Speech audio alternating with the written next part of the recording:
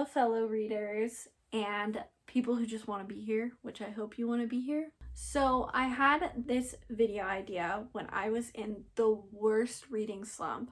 I mean, it only lasted about a week, but it only lasted a week because I had tips and tricks on how to get out of a reading slump and get myself back into that motivated reading mood. And I thought I would share those. And I also think these tips and tricks are good for non-readers who want to start reading, but they're, worried that it's not going to be fun, it's going to be boring, or even children who struggle with reading and really getting into the material.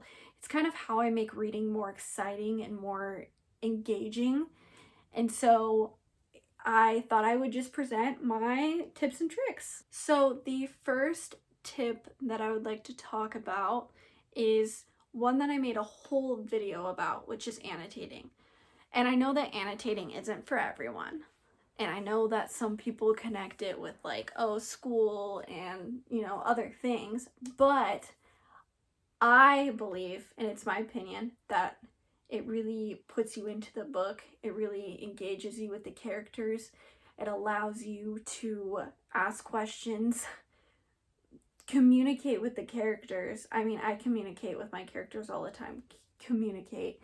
I ask the characters questions. I come up with different, ideas. I come up with different ways the book could go. At the end of the book, I'll even write down how it would have gone a different way if something else happened. And so that's why I love annotating. And I think that new readers would enjoy it. And I think that children especially would enjoy it because children are so creative in general. So giving them the pen or pencil to write down what they're feeling at the moment, what they think is going to happen, what they want to ask the character, like 2 questions, have them write down as a teacher. That's a cool idea. But I think that is really engaging. And I feel like people are going to say, oh, I don't really want to write in my books. Or what if it's a library book?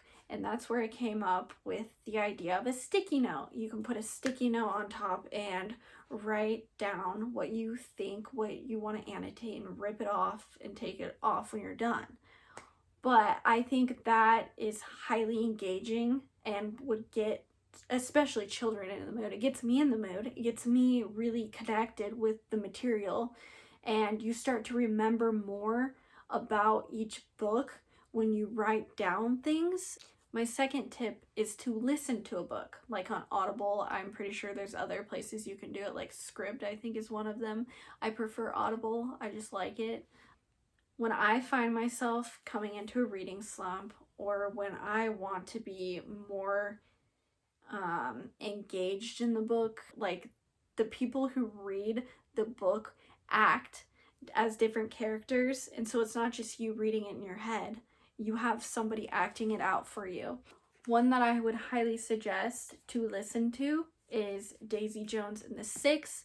The readers, there are different voice actors for the characters, and it turns this book into a whole new experience, and it feels like you're watching a movie.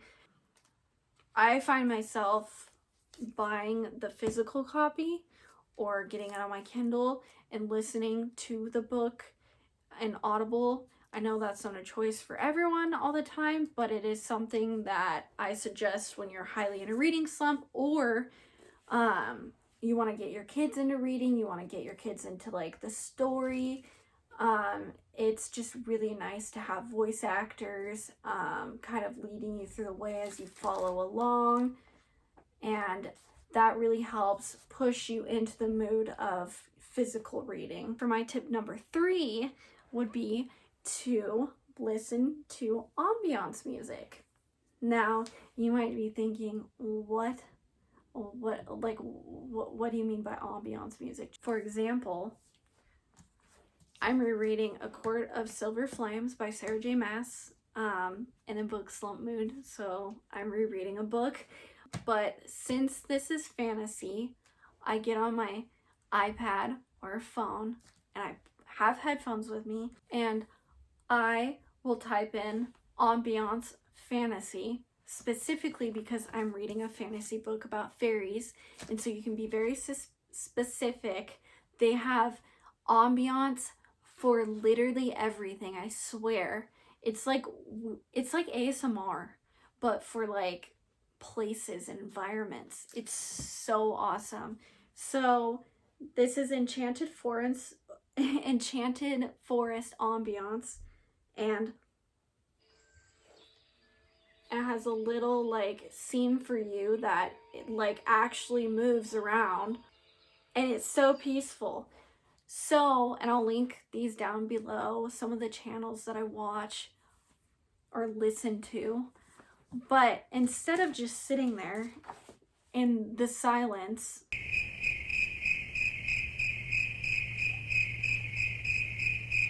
and I kind of compare it like if you watch a movie and there's like an intense scene coming, or a romantic scene coming, or a scary scene coming, if there's no music or sound effects, it's not gonna serve its purpose. If I'm sitting in a silent room and my mind is, constantly going, I'm anxious, I'm thinking about other things I have to do during the day, and I find this with, busy people, parents, college students stress about, school and finances and everything. And then you have children who just want to be out at recess with their friends. For a thriller book, you can listen to ambiance, rainstorms, thunderstorms, whatever you want, and you can really get sucked into that.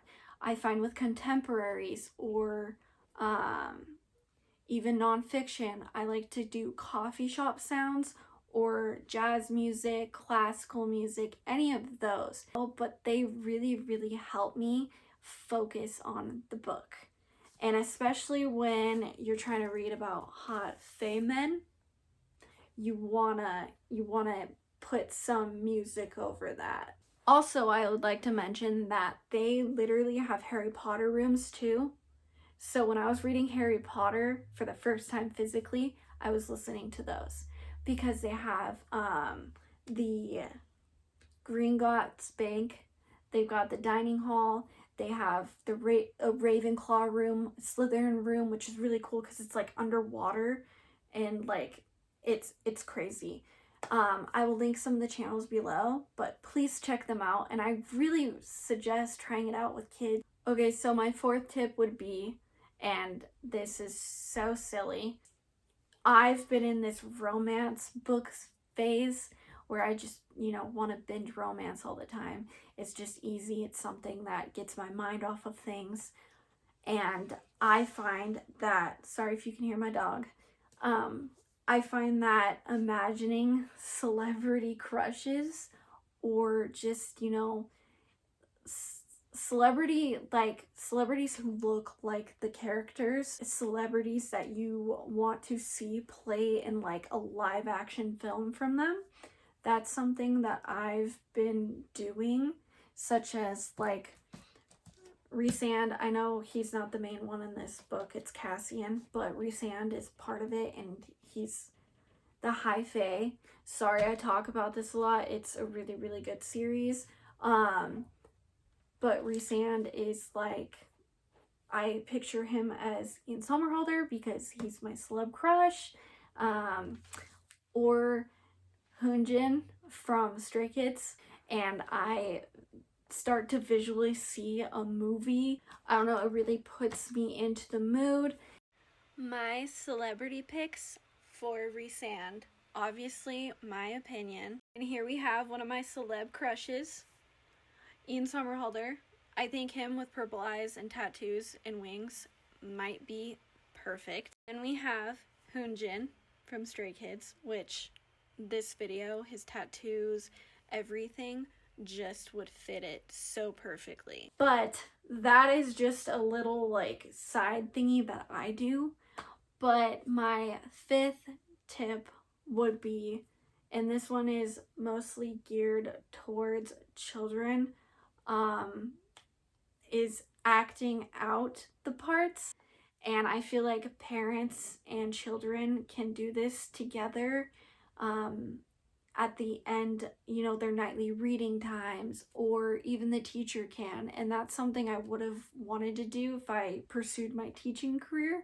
I remember my ninth grade English class, everyone had to act parts in Romeo and Juliet as we were reading the book, and we got to read the whole book aloud. It was the most memorable readings in my school career. So I just really, really enjoy that. And I think that children would have a lot more fun interacting with characters, even if it's, not your typical like fictional book that they would absolutely love, but it would be something that you could make fun for them. Those are basically my little tips and tricks.